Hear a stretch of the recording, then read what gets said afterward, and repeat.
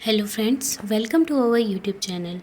आज के इस वीडियो में हम डीएलएड फर्स्ट ईयर के 2024 के गणित शिक्षण के क्वेश्चन पेपर को डिस्कस करने वाले हैं। इसमें हम सारा 2024 का क्वेश्चन पेपर समझेंगे विद आंसर्स, और इस वीडियो में मैं हिंदी वर्ज़न पर डिस्कस करने वाली हूँ।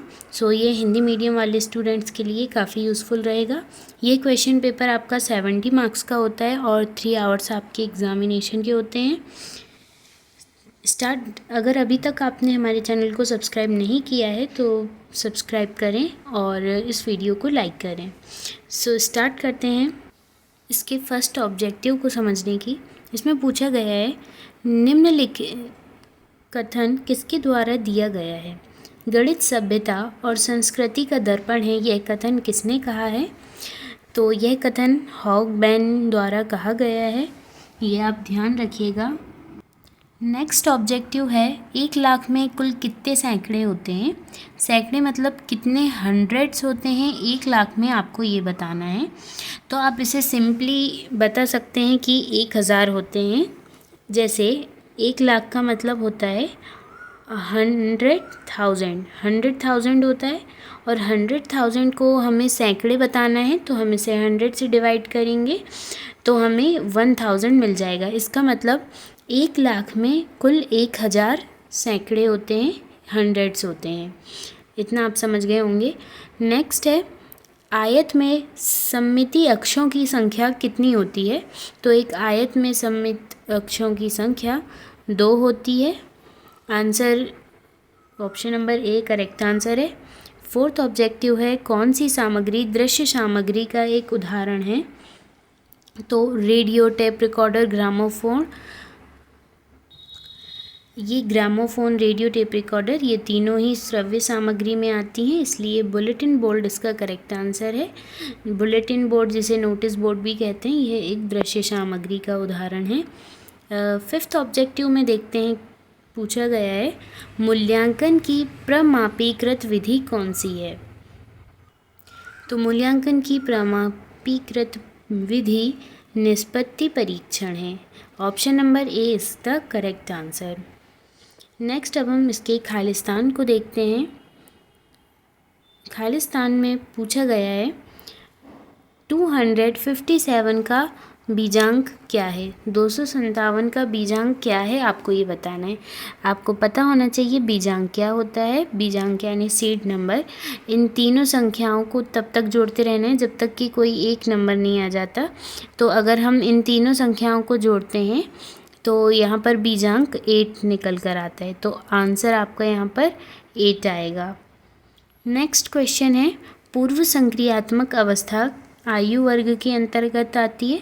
तो 2 से 7 आयु वर्ग के अंतर्गत आती है पूर्व क्रियात्मक अवस्था, ये आप जानते ही हैं। नेक्स्ट है, पैटर्न 1 1 2 3 5 8 का जो अगला पद है वो क्या होगा? तो आप देख सकते हैं कि ये जो पहले और सेकंड नंबर है इसको जोड़ के ही थर्ड नंबर आ रहा है, और फिर सेकंड और थर्ड को जोड़ के ही फोर्थ नंबर आ रहा है। और इसी तरह अगर हम देखें पैटर्न्स तो इसका अगला पद 13 आएगा, तो 13 इसका करेक्ट आंसर है। नेक्स्ट है, रेमंड के अनुसार किसे अध्यापक के पाठ के लिए पूर्णतया उत्तरदायी एवं सहायक अवश्य होना चाहिए? तो वो पाठ्यपुस्तक है। रेमंड ने पाठ्यपुस्तक को बताया है कि अध्यापक के पाठ के लिए पूर्ण रूप से उत्तरदायी और आवश्यक होती है। नेक्स्ट है, शिक्षण अधिगम हेतु वर्ष भर के लिए बनाई गई योजना को हम वार्षिक योजना कहते हैं, तो आप यहाँ पर वार्षिक योजना लिख दीजिएगा। नेक्स्ट अब हम एक वाक्य में उत्तर देखते हैं। एक वाक्य में उत्तर पूछा गया है, स्किनर के अनुसार अधिगम क्या है? स्किनर ने अधिगम को एक क्रियात्मक अनुबंधन की प्रक्रिया कहा है जिससे व्यवहार में परिवर्तन आते हैं। आपको इतना लिख देना है, 1 नंबर मिल जाएंगे। नेक्स्ट है, संख्या 4025.013 में 3 का स्थानीय मान क्या है? तो 3 का स्थानीय मान आप लिखेंगे 0.003, इसका स्थानीय मान है। तो इसका आंसर ये होगा। आपको पता है कैसे स्थानीय मान का पता लगाते हैं। नेक्स्ट है गणित शिक्षण की किन्हीं दो विधियों का नाम लिखिए। तो आप इसमें आगमन विधि, निगमन विधि भी लिख सकते हैं, या प्रदर्श विधि या खोज विधि। गणित शिक्षण की बहुत सी विधियां होती हैं, आपको किन्हीं भी दो का नाम लिख देना है। नेक्स्ट है प्राथमिक स्तर पर जोड़ की अवधारणा विकसित करने के लिए किन दो शिक्षण अधिगम सामग्री को हम यूज़ करेंगे। तो उसमें गिनती की क्षण और चित्र कार्ड शामिल हैं, इसमें फ्लैश कार्ड भी आ सकते हैं। नेक्स्ट है इकाई योजना के प्रवर्तक कौन हैं। तो इकाई योजना के प्रवर्तक मॉरिसन हैं। आप लिख दीजिएगा ऐसे, मॉरिसन इकाई योजना के प्रवर्तक हैं। प्रश्न क्रमांक 4 में पूछा गया है गणित की भाषा का क्या अर्थ है। उत्तर में आप ऐसा लिखेंगे, गणित की भाषा से तात्पर्य जिसमें गणितीय अवधारणाओं, संक्रियाओं एवं संबंधों को चित्रों, संख्याओं या आकारों के द्वारा प्रदर्शित करते हैं, जैसे प्लस, माइनस यानी जोड़, घटाव, गुणा, भाग। आप इन चिन्हों के नाम लिख दीजिएगा। इस प्रकार से इसे गणितीय भाषा कहते हैं। इस प्रकार से आपको इसकी परिभाषा लिख देनी है। बहुत ही इजी क्वेश्चन है। नेक्स्ट अब हम देखते हैं गणितीय प्रतीक क्या है। गणितीय प्रतीक वह होते हैं जिसमें विशिष्ट संकेतों एवं चिन्हों के द्वारा गणितीय संक्रियाओं को प्रदर्शित किया जाता है। एंड नेक्स्ट क्वेश्चन है सीखने की प्रक्रिया में अभिप्रेरणा क्यों महत्वपूर्ण है। अभिप्रेरणा जिसे हम मोटिवेशन कहते हैं, वह सीखने की प्रक्रिया में क्यों महत्वपूर्ण है, यह हमें इस प्रश्न में बताना है। तो आप इसके उत्तर में ऐसा लिख सकते हैं, अभिप्रेरणा सीखने की प्रक्रिया में बालकों की रुचि, आत्मविश्वास को बढ़ाने का कार्य करती है, जो कि शिक्षण अधिगम के उद्देश्यों को पूर्ण करने में लाभदायक होती है। इसलिए अभिप्रेरणा आवश्यक होती है सीखने की प्रक्रिया में। नेक्स्ट क्वेश्चन हम देखते हैं, भिन्न 3/2 को चित्र द्वारा प्रदर्शित कीजिए। तो 3/2 को हम इस प्रकार से प्रदर्शित कर सकते हैं, जैसे कि ये 2 भाग हैं जिसमें इसे 1 और 2 में डिवाइड करके, और सेकंड वाले भाग को भी 1 और 2 में डिवाइड करके इसके थर्ड पार्ट को अगर हम डार्क करते हैं तो इस चित्र को हम प्रदर्शित कर सकते हैं 3/2 के रूप में। तो आप समझ गए होंगे इसे किस टाइप से आपको बनाना है अगर प्रश्न में इस तरह के कोई भी प्रश्न पूछे जाते हैं तो ये आपका चित्र प्रदर्शन होगा 3/2 का। नेक्स्ट क्वेश्चन जो है, कर्णी 2 को संख्या रेखा पर दर्शाइए। सो कर्णी 2 को हम संख्या रेखा पर कुछ इस तरह से इसे दर्शा सकते हैं, जैसे यहाँ मूल बिंदु 0 से धनात्मक सिरे की ओर 1 पर सीधी रेखा खींचकर यहाँ प्रकार की मदद से एक निश्चित अनुपात पर बिंदु का विभाजन करेंगे और इस मूल बिंदु से इस रेखा को मिलाएंगे। तो ये बिंदु है वो कर्णी 2 को प्रदर्शित करता है और ये रेखा में आपको इस तरह से बनाना है। आप देख लीजिए, स्क्रीनशॉट ले लीजिए। आपको इसी तरह से प्रदर्शित करना है कर्णी 2 को संख्या रेखा पर। नेक्स्ट क्वेश्चन जो है वो उसमें पूछा गया है, इकाई योजना क्या है। तो इकाई योजना से आप समझते ही हैं, ये शिक्षण का पूर्व नियोजित ढांचा होता है जिसमें शिक्षण अधिगम की प्रक्रियाओं यानी इकाई के अंतर्गत निश्चित विषय वस्तु की शिक्षण अधिगम प्रक्रियाओं, सामग्रियों, शिक्षण विधियों एवं मूल्यांकन प्रक्रिया की योजना को बनाया जाता है। इस तरह से आपको लिख देना है। नेक्स्ट है, आगमन विधि एवं निगमन विधि के किन्हीं तीन अंतरों को लिखिए।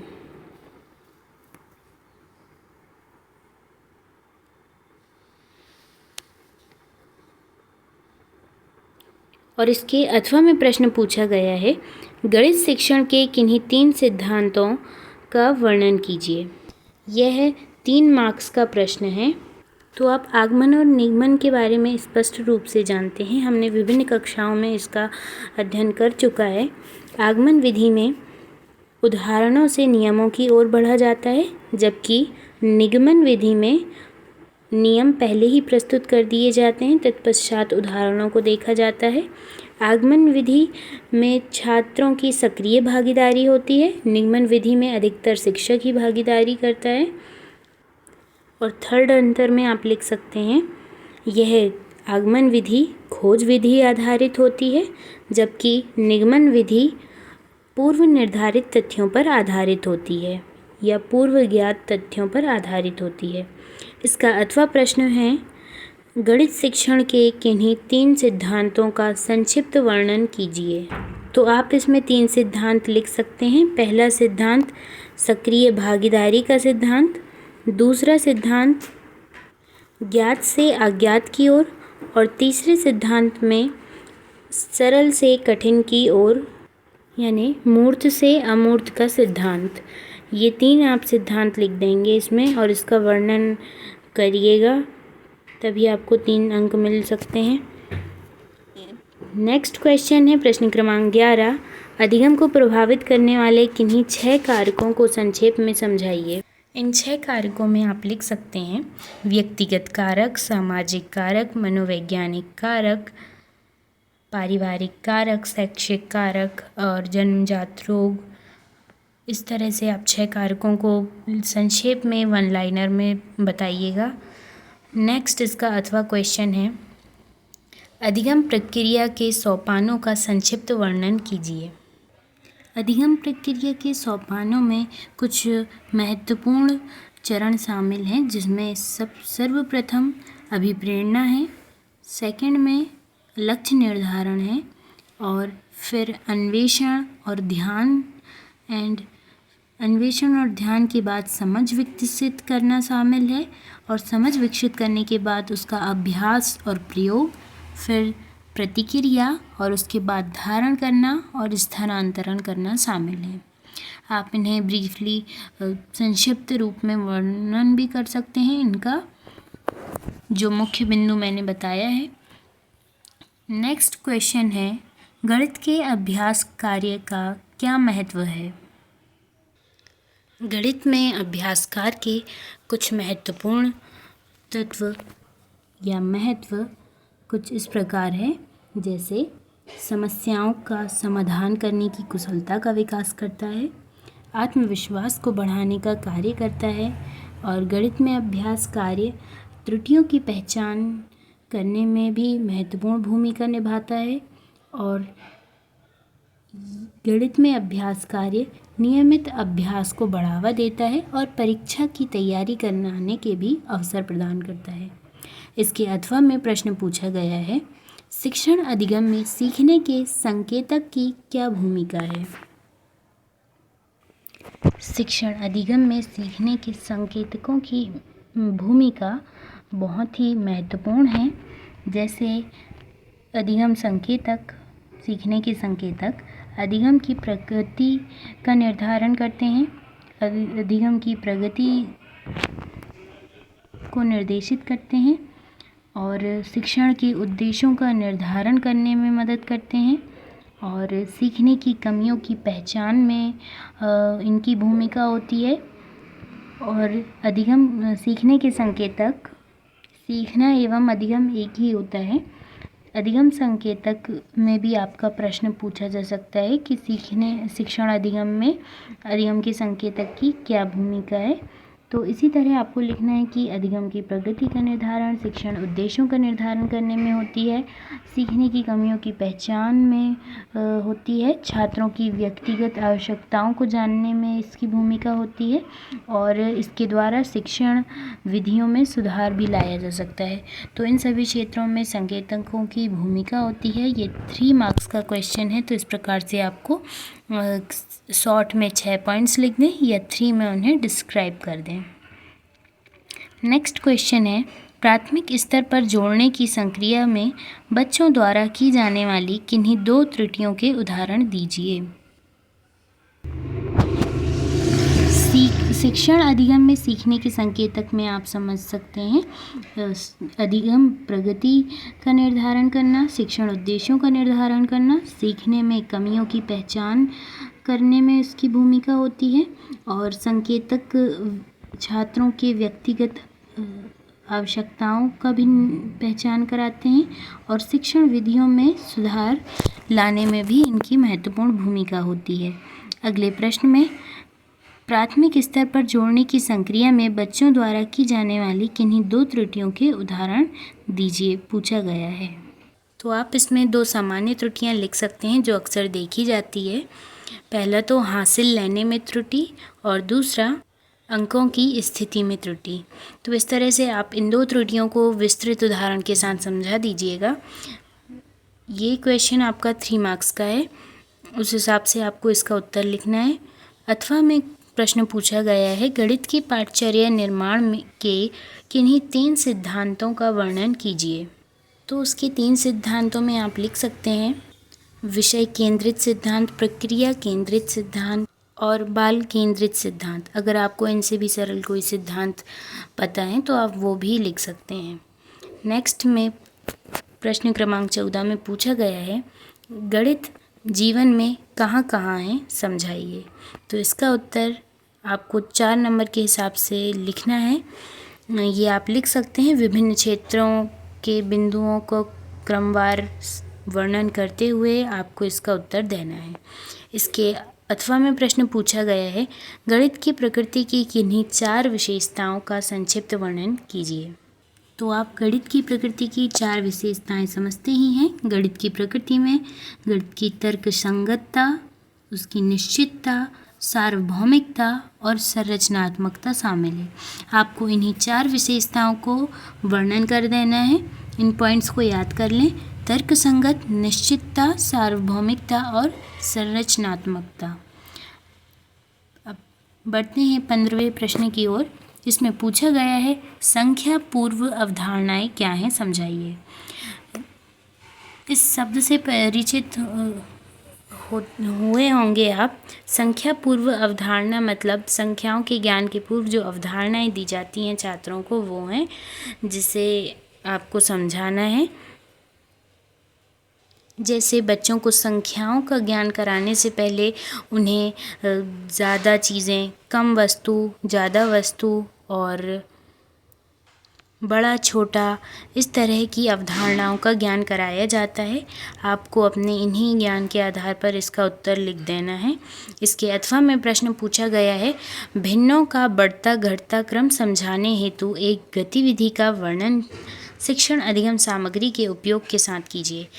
इसमें आपको एक गतिविधि का वर्णन करना है जिसमें आप अधिगम शिक्षण सामग्री यानी TLM का भी उपयोग करते हुए छात्रों को भिन्नों का बढ़ता और घटता क्रम समझाएंगे। तो इसमें आपको किसी भी एक रोचक गतिविधि का वर्णन कर देना है। इसका नेक्स्ट क्वेश्चन है प्रश्न क्रमांक 16। इसमें पूछा गया है, द्विविमीय एवं त्रिविमीय आकृतियों का उदाहरण सहित समझाइए।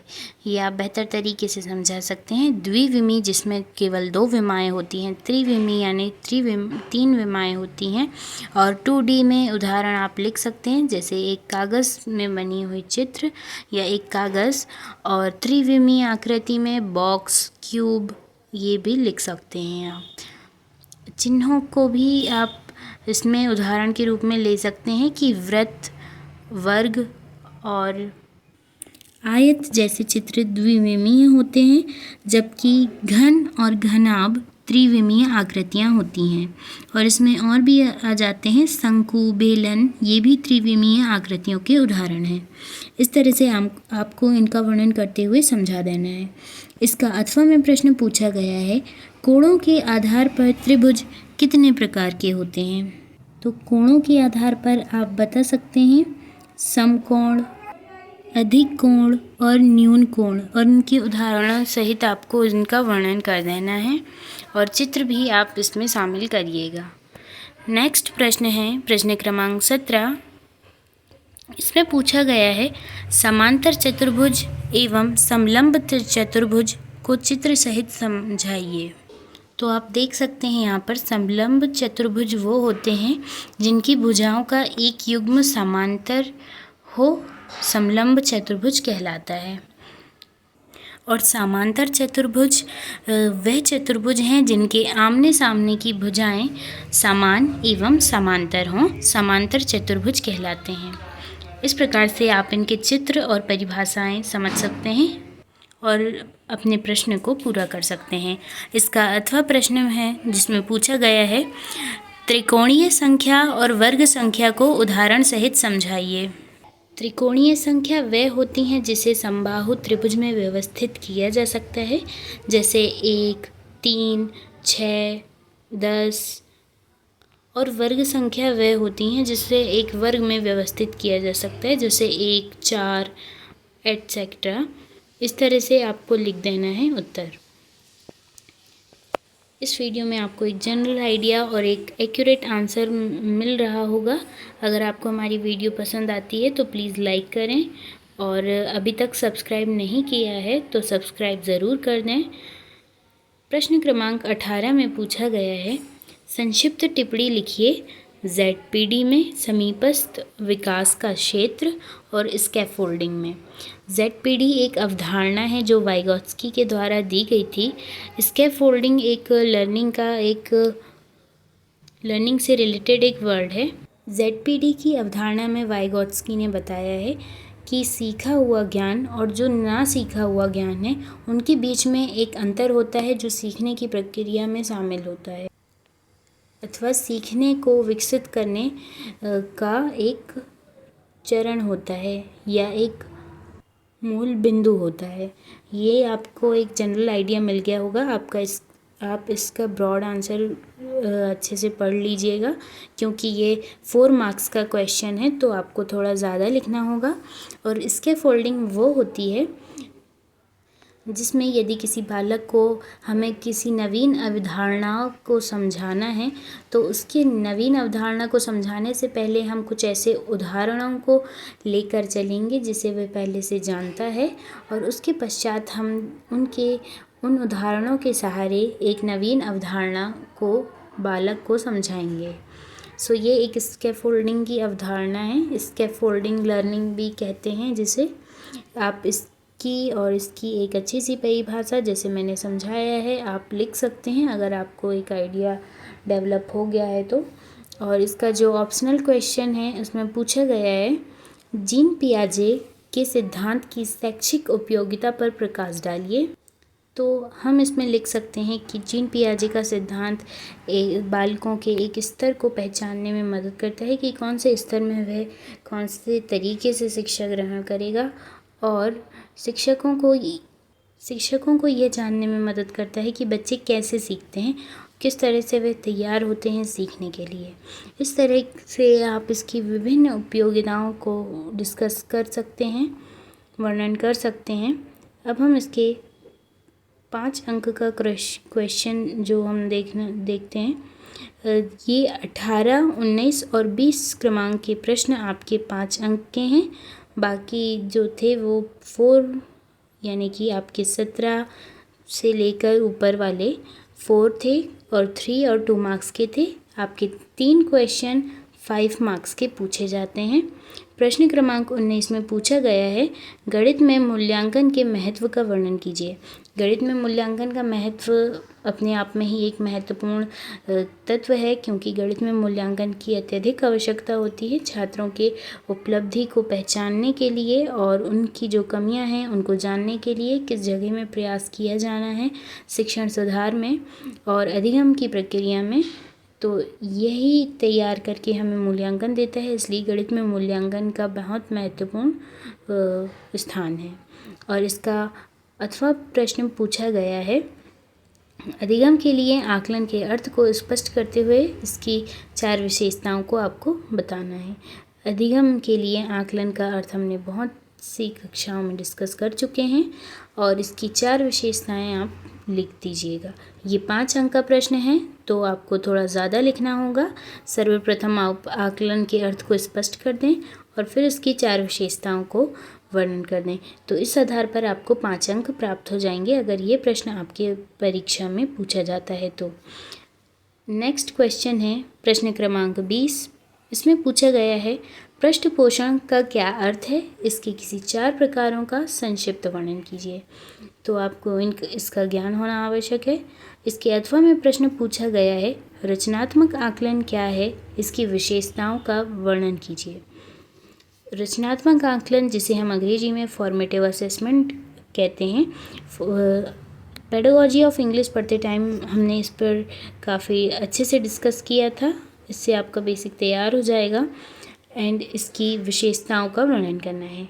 आप इनके लिए अच्छे से उत्तर देने का प्रयास कीजिए। ज़्यादा आप शब्दों में आपको इसे डिस्क्राइब करना है। अगर आपको हमारी ये वीडियो पसंद आती है तो इसे लाइक करें और अभी तक हमारे चैनल को सब्सक्राइब नहीं किया है तो सब्सक्राइब करें और ज़्यादा से ज़्यादा शेयर करें और कमेंट में ज़रूर बताएं कि आप नेक्स्ट क्या पढ़ना चाहते हैं। Thanks for watching.